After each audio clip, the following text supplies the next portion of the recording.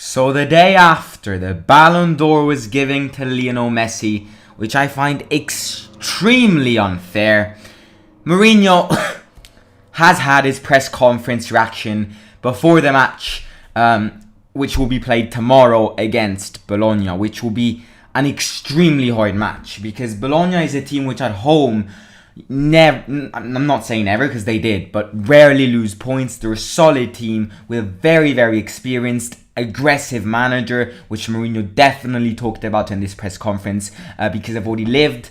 But yeah, without further ado, let's get into this press conference. Overall, before we get into it, I'm gonna go over the main points, which are like 3-4 main points of this press conference, talking about the team, talking about the opponents, and just let's see what Mourinho said, because lately the defense has been really good.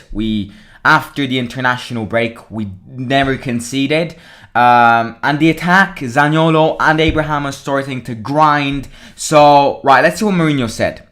The first question is an interesting question, and it is, can Roma run for the fourth place this season? Now, before actually reading off what Mourinho said, I want to just point out that right now, I want to believe in a fourth place. I think, we can fight for it. But at this stage, I do think it will be very, very, very complicated to achieve. Just because Napoli, AC Milan, and Inter Milan, the 30th of November, which is today, I can sign on a piece of paper that they've booked their tickets for the 2022-2023 Champions League. That's for sure. Even though AC Milan comes from 2 defeats, I do not see them losing more points. Napoli is a solid team, and Inter Milan is bouncing back. So fairly speaking, these 3 teams are definitely going in a Champions League next season. The fourth place, however, is a big fight, which obviously now Atalanta is 4th.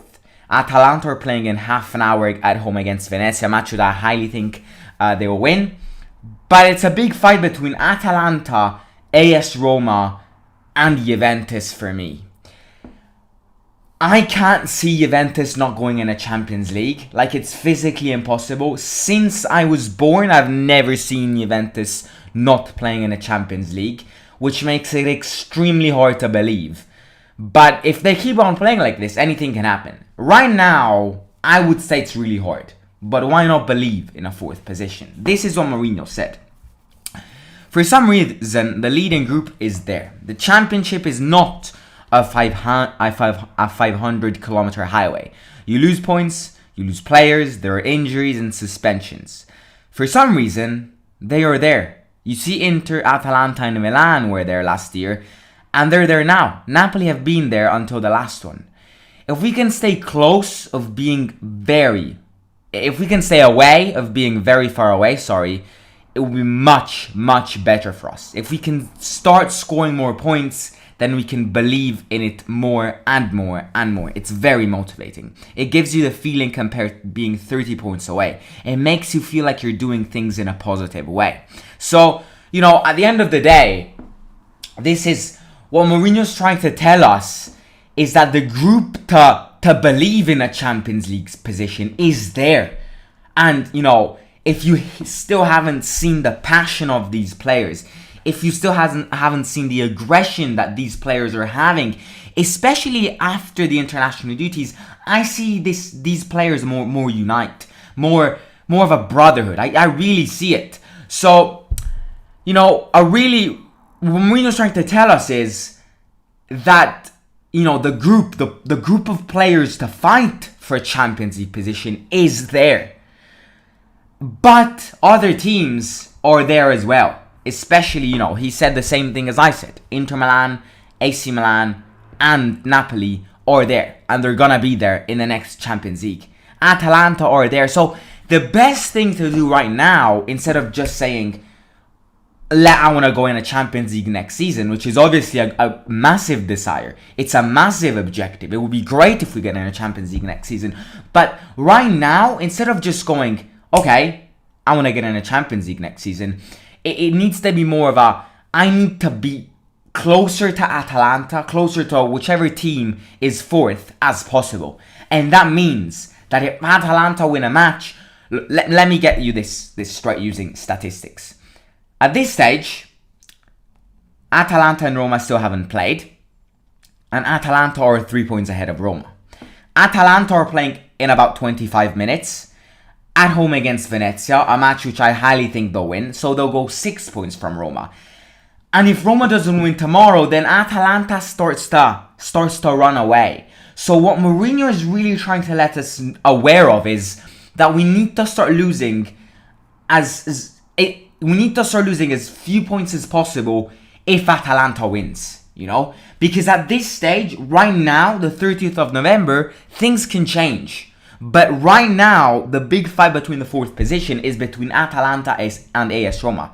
So what Mourinho's trying to say is, if Atalanta wins a match, we need to counter-attack and win that match to stay close together, because Atalanta will face hard matches where they will lose points, but we will face hard matches where we will definitely lose points, you know? So it's really, really, really important for us to stay with Atalanta and to keep their rhythm.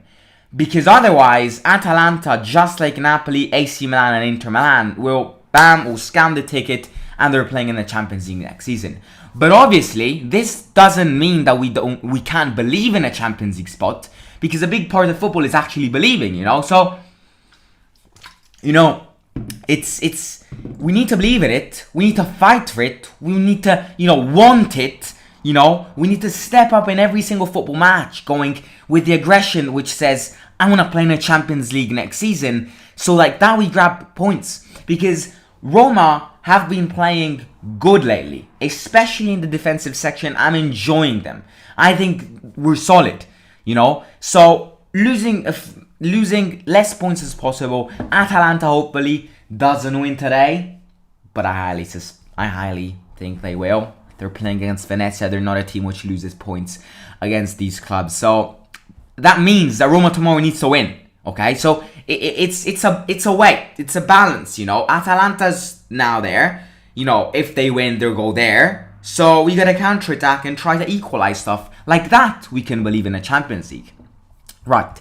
Second question is, can El Shaarawy also be used right, or could he suffer more? Now, once again, before reading everything, I want to point out something. And I want to point out something big, which I think, you know, every time El Shaarawy performs in a bad way, we need to think about this thing. El Shaarawy was a massive symbol at Roma a few years back. He was one of the top players, which, you know, brought us in that semi-final in the Champions League against Liverpool, with that amazing match against Chelsea, scoring 2 fantastic goals. You know, he was a big part of Roma. Then he went and played. He got bought by Shanghai, a Chinese team. Went to China. The pandemic started, meaning that I don't think El Shaarawy ever played an official match in China because of the pandemic, where it all started. You know, he was blocked. He was, you know, I follow El Shaarawy on Instagram, and during the pandemic, all he posted on his social media was him training at home, which, trust me, is not the same as playing and collaborating with teammates, training with teammates. You know, everything due to COVID, everything linked to COVID, sorry, you know, had a negative influence in China, because that's where it all started. So obviously the outbreak in China was way worse than it was in Italy. So, you know, El Shaarawy was stuck at home training alone. Then Roma bought him back for a fair amount of money, you know. And by the way, El Shaarawy went to China just because of money, you know. He earned like 42 cents per second. So he's now back at Roma.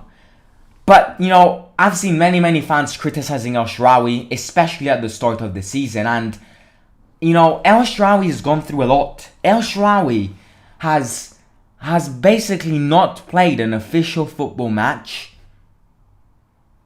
you know, before he started this season. The last time he played an official football match was ages ago. So, you know, once again, time is a big factor. We had to give him time to reintegrate. We had to give him time to reorientate in the team, know the teams better, know the new players. Plus, now we're in these months where we've got a few injuries, Cristante, Villar, Spinazzola's injured, and El Shaarawy has been sacrificing himself and changing position, and he's been playing incredibly. So obviously what journalists want to know now is, can El Shaarawy change his position even further, and can he play on the opposite side than he usually plays? El Shaarawy has gone through a lot, and we need to appreciate this because he's sacrificing himself for the team, which is something big.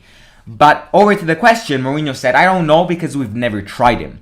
But if the moment of difficulties comes, I'm sure he'll do well because he's fine. He feels like a player. He hasn't played for a long time after a period in China. Exactly. You lose a certain level of play. Exactly. He's having a growing season. He's doing very well. And if he has to play right, he will. It is true that now we have Viña back. And with Viña left back, we can have Stefan more offensive. And he can give an option to Karsdorp. So Mourinho's letting us know that the team, and not just El Shaarawy, this question was related to El Shaarawy, but the team is ready to sacrifice themselves to improve the team in general, because it is such an important thing. It's a team sport. It's not an individual sport. And this is something which Mourinho has brought to this club a lot, telling players that they need to sacrifice for the team. El Shaarawy changing position. But now what he's saying is that with Viña, El Shaarawy can get back in his original position. He can get back scoring. And obviously with Viña being back, Karsdorp can be more relaxed. So, injuries are starting to fade away. Viña slowly starting to get back. Spinazzola starting to get back, meaning that more defensive players are there, and meaning that El Shaarawy can play in a more offensive way. So, but, the overall key of this question, which, yes, it is directed to El Shaarawy, but I bet you can put any name instead of El Shaarawy in this question, and it would work. Mourinho has brought a sense of, I am fighting for this goddamn team. I am fighting until the last day.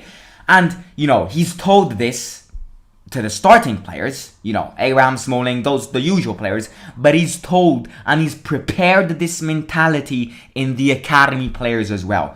I invite you, as soon as this live stream ends, to go and watch the last video on the AS Roma YouTube channel, which is, the last video is probably Mourinho's press conference. The second to last video, which is, it's a title with Shomurodov in it.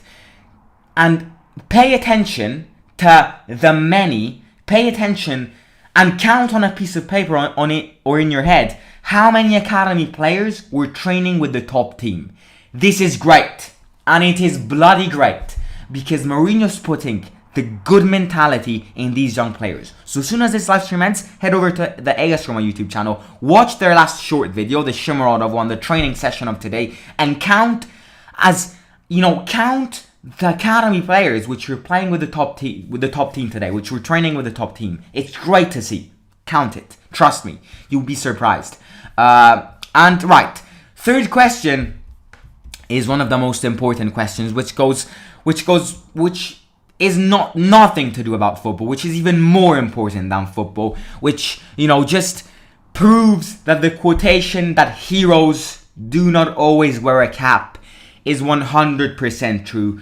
Obviously, Bologna's manager, Sinisa Mihajlovic, had leukemia a few years ago, and he was a bloody soldier. He was a soldier. He fought, and he beat this battle against leukemia cancer. So, every single team which plays against Bologna, you see that the manager praises Sinisa Mihajlovic because he has behaved as a warrior just like he was when he was playing football. And obviously a question about this could not be missed. And listen to this because it is fairly emotional. Jonah didn't even ask the question about Mihajlovic. The journalist just went, Mihajlovic spoke highly of Mourinho.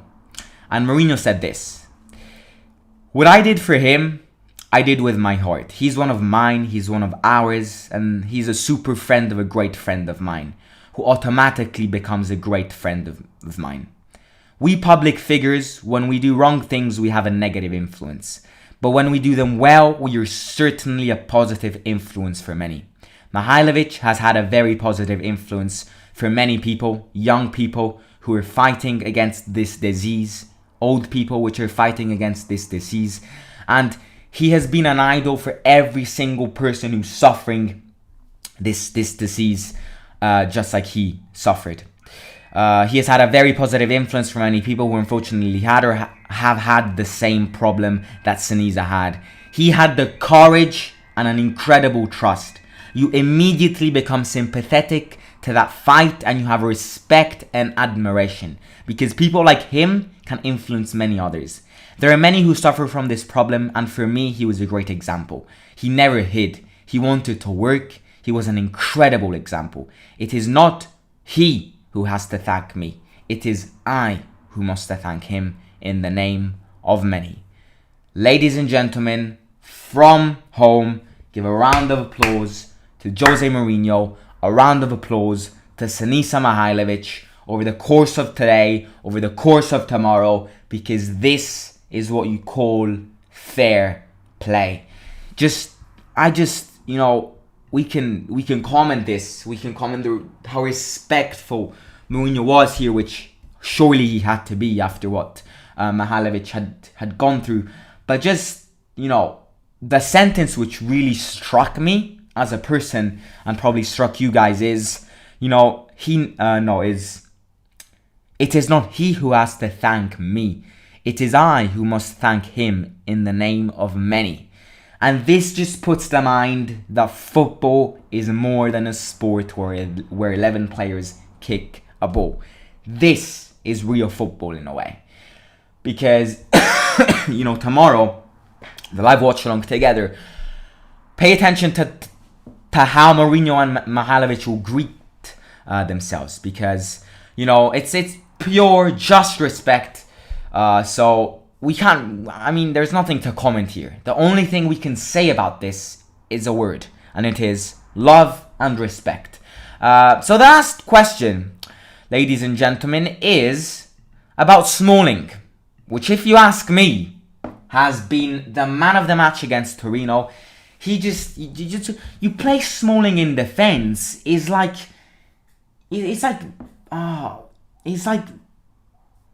placing Smalling in defense is like having a special oven which turns off every time your bread is ready. Which means you do not need to worry about burning the bread. He's just, with Smalling, he is good himself. He's amazing himself. He's the leader of the defense himself. But the experience he transmits to other players around him in the defense, and not just in the defensive section, in the attacking section as well, is just what a leader needs to do. So Smalling is just, with Smalling in defense, we don't get those palpitations that we used to get when Smalling wasn't playing in defense. And this is not just, a Roma fan, Wonker saying it. It's actually the statistics who proved it. Smalling in defense this season, when Smalling started in defense, not got subbed in, started in defense this season, Roma have only conceded 1 goal. That has to prove everything. That Smalling is the leader in defense, transmits the experience he has to other players, and is just a bonus for Roma, because we don't need to worry about the defense with Smalling, in a way, So, question is, does Smalling need to be managed, or can he play them all? Which is a big shout, because he's injury prone, and if he keeps on playing back to back, then injuries will come. So, Mourinho needs to be good here at maintaining Smalling for the most important matches, keeping him fresh, subbing him off if Roma is winning 3-0. He's a player which is very delicate to have. He's a player which, don't get me wrong, when we have, is a massive bonus. But, to have Smalling available, you need to be really, really careful, because he's one of the injury-prone players at Roma. So Mourinho said he's a great player, very important for us. There are Kumbula, Mancini and Ibanez. It is not a problem. It's not a situation in which he has to play by force. Let's manage. We talk with him. We played the day before yesterday. We're playing tomorrow. We will make decisions all together. It will also be the opinion of the players to be important. It's more important than the controls and the technology. The feeling is very, very, very important. In the case of Smalling, I can say that if he tells me in the morning that he feels great, he plays. If he tells me that he feels 99% and not 100%, I protect him. And this is exactly what Mourinho needs to do. This is exactly what a father needs to do. Talk with his own players. If someone's not feeling well, that player doesn't need to be scared to talk with the manager. He needs to go, I'm not feeling well. My muscles, if I play today, my muscles will break. My muscle will tear apart. That's perfectly fine, Chris. That's absolutely fine. You're coming towards the end of his career. Expect these things. And Mourinho then has to go, it's fine, have a rest. Kumbula, Mancini and Ibanez will play. We've been playing them. It's not like Smalling has played every single match. We won without Smalling. We lost without Smalling. So, Ibanez, Mancini and Kumbula can play by themselves. So if you're not feeling great, tell me. It's like a path. Obviously, there was a good quote here. Where is it? Exactly. If he tells me that he's not 99% and not 100%, I protect him, and that's spot on. That's what managers need to do with players which are not, which are coming towards the end of their careers, which are more injury prone, which and it will be very curious to see if Smalling actually starts tomorrow. Because we've got a very important match on Saturday, and Smalling has already played on Sunday 90 minutes. Maybe he can start tomorrow. Starting on Saturday as well, might be big, might be a big risk. So, having Smalling tomorrow will be great, but managing Smalling is also great as well. Right, lads and lasses, this was Mourinho's press conference reaction. These were the most important points. Where are you from? I'm from Italy, mate, but I speak English because I go to an English school. I enjoy everything about except your voice when singing Roma's songs.